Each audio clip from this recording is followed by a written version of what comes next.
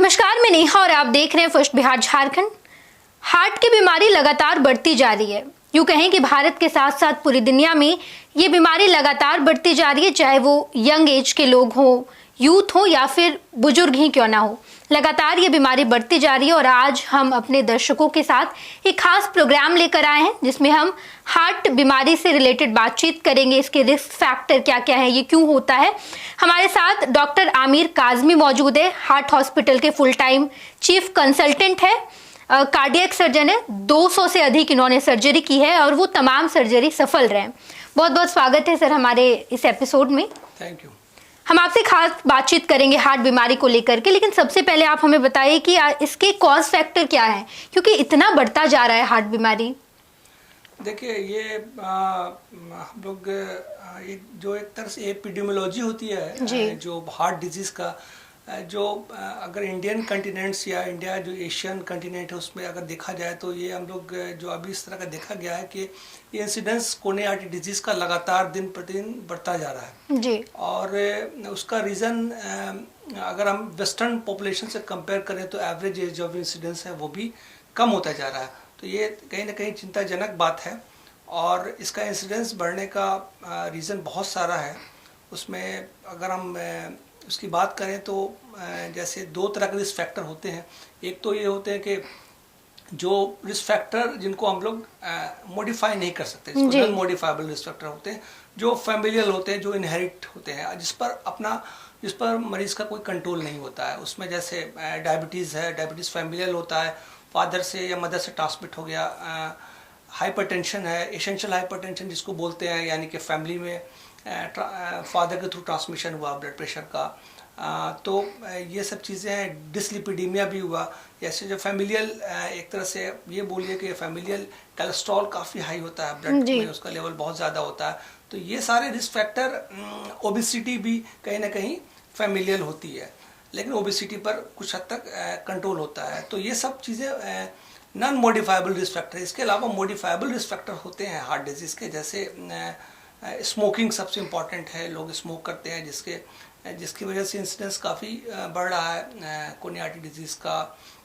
Smoking हो गया। Life style जो होता है वो पुअर है, मीन्स के सेडेंटरी लाइफ स्टाइल। अगर मॉर्निंग वॉक के लिए लोग नहीं जाते हैं या फिर जो भी एक्सरसाइज के लिए वक्त नहीं निकाल पा रहे हैं, सेडेंटरी लाइफ स्टाइल है। किसी भी ऑफिस में घंटों घंटों बैठकर काम करते हैं। तो ये सब चीज़ें हैं जो नॉन मॉडिफाइबल एक तरह से रिस्क फैक्टर है ना, जिनको हम लोग, तो ये सारे रिस्क फैक्टर को कहीं ना कहीं कंट्रोल करने की जरूरत है। बिल्कुल सही कहा आपने डॉक्टर साहब, लेकिन एक बेसिक बात जानना चाहूंगी कि पहले के टाइम में हार्ट डिजीज बहुत कम होते थे, लेकिन अब बढ़ता जा रहा है। ये लोगों के लाइफस्टाइल की वजह से, और एक आइडियल लाइफस्टाइल क्या होना चाहिए कि हार्ट डिजीज के रिस्क फैक्टर कम किया जा सके। देखिए अगर हम कंपैरिजन करें अर्बन पॉपुलेशन का रूरल पॉपुलेशन से, तो हमें ये एक तरह से ये जो इसका ट्रेंड देखा जाए कोरोनरी आर्टरी डिजीज का, ये अर्बन पॉपुलेशन में ज्यादा हो रहा है। उसका इंसिडेंस कहीं ना कहीं हम लोग जो था नेचुरल जो लाइफ स्टाइल था उससे कहीं ना कहीं हटकर जो आर्टिफिशियल ये चीज़ें आ गई हैं। जो मेट्रो की लाइफ है जिसमें जंक फूड लोग ज़्यादा ले रहे हैं, ऑयली फूड लेना या फिर मीठा, बहुत ज़्यादा मीठे का कंजम्पशन करना, प्योर या नेचुरल चीज़ों का कंजम्पशन कम करना, और स्मोकिंग करना। जो पहले लोग, जिन लोगों की लाइफ स्टाइल एक्टिव हुआ करती थी, जैसे खेतों में काम करना या बहुत ज़्यादा मेहनत करना, उसमें कहीं ना कहीं उन लोगों का एनर्जी का एक्सपेंडिचर होता था। तो ये सारी चीज़ें, लाइफ स्टाइल भी बहुत हद तक रिस्पॉन्सिबल हैं। इसके अलावा ये भी देखा गया है कि जो डायबिटीज़ वगैरह का, जो शुगर का इंसिडेंस भी बहुत बढ़ रहा है, उसका एक रीज़न ये भी है कि हम लोग की लाइफ स्टाइल बहुत बिजी है। स्ट्रेस भी कहीं ना कहीं है जो प्ले करता है ये रोल। तो स्ट्रेस की वजह से भी ब्लड शुगर बहुत बढ़ता है, कोलेस्ट्रॉल का प्रॉब्लम है, ब्लड प्रेशर बहुत ज़्यादा रहता है। तो ये सब चीज़ें, ये जो ग्रेजुअल एपिडेमियोलॉजी है वो ग्रेजुअली चेंज हुई है अर्बन पॉपुलेशन में, और इसकी वजह से ये इंडियन कंटिनेंट या कि एशियन कंटिनेंट जो भी है उससे अगर देखा जाए तो उसमें हार्ट डिजीज़ का जो इंसिडेंस है बहुत तेज़ी से बढ़ रहा है। और सबसे बड़ी चिंताजनक बात यह है कि जो एवरेज एज होना चाहिए, जैसे वेस्टर्न पॉपुलेशन यूएस से, अगर यूके से हम कंपेयर करें तो उसमें जो कोरोनरी आर्टरी डिजीज़ का जो एवरेज एज ऑफ इंसिडेंस है वो ज़्यादा है। और हम लोगों में ये एज जो होता है ये 6 to 10 ईयर्स मतलब अर्लियर हो रहा है, पहले हो जा रहा है।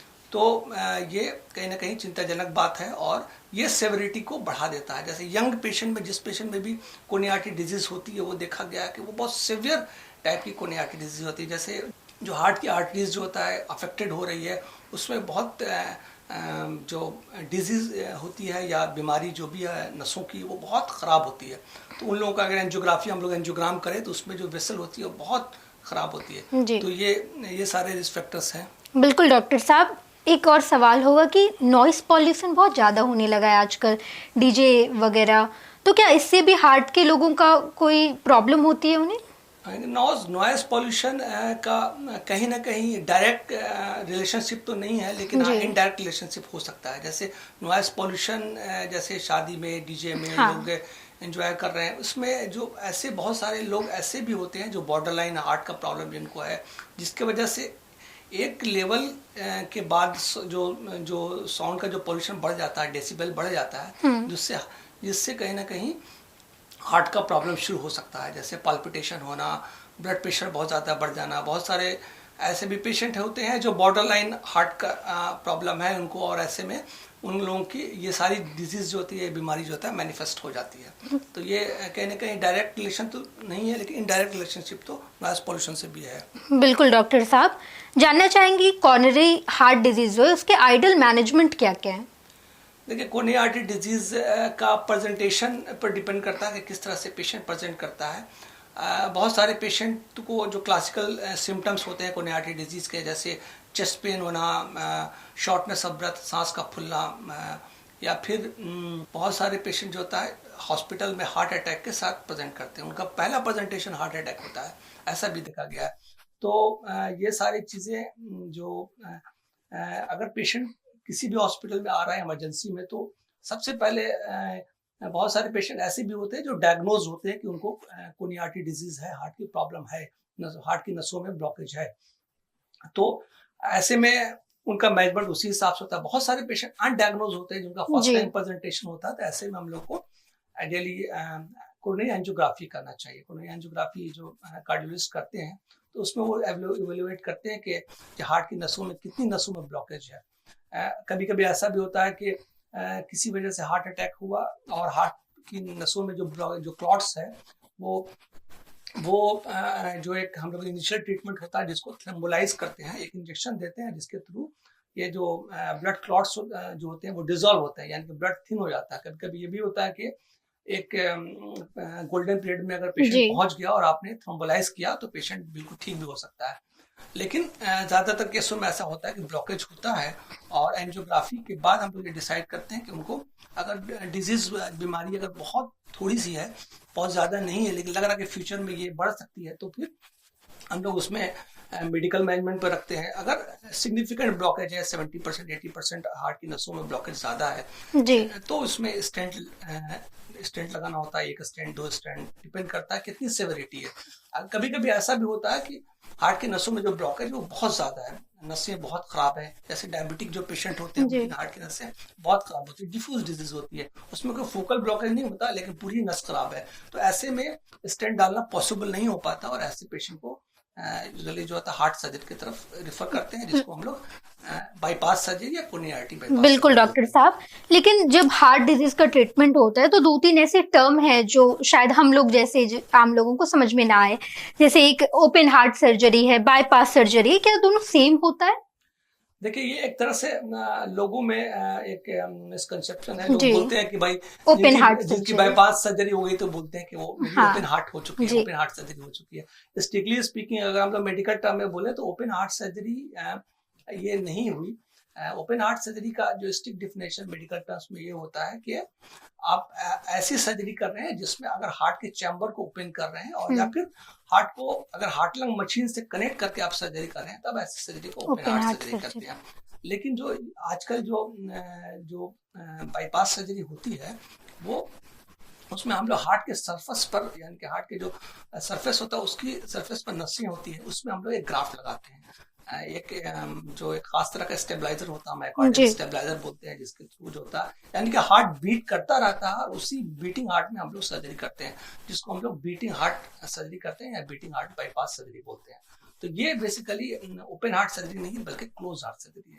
बिल्कुल डॉक्टर साहब, अभी आज के टाइम में अगर हम बात करें तो बहुत एडवांसमेंट हो गया है, तो हार्ट डिजीज ट्रीटमेंट में क्या क्या एडवांसमेंट अभी हुए हैं? देखिए, हार्ट सर्जरी जैसे जिस तरह से कार्डियक साइंसेज में एवोल्यूशन आ रहा है हर तरह से, तो उसी तरह से हार्ट सर्जरी में भी बहुत सारे चेंजेस आए हैं, बहुत सारी नई टेक्निक्स भी आ गई हैं, और हमें फेज मैनर में उसे ग्रेजुअली इम्प्लीमेंट करना है।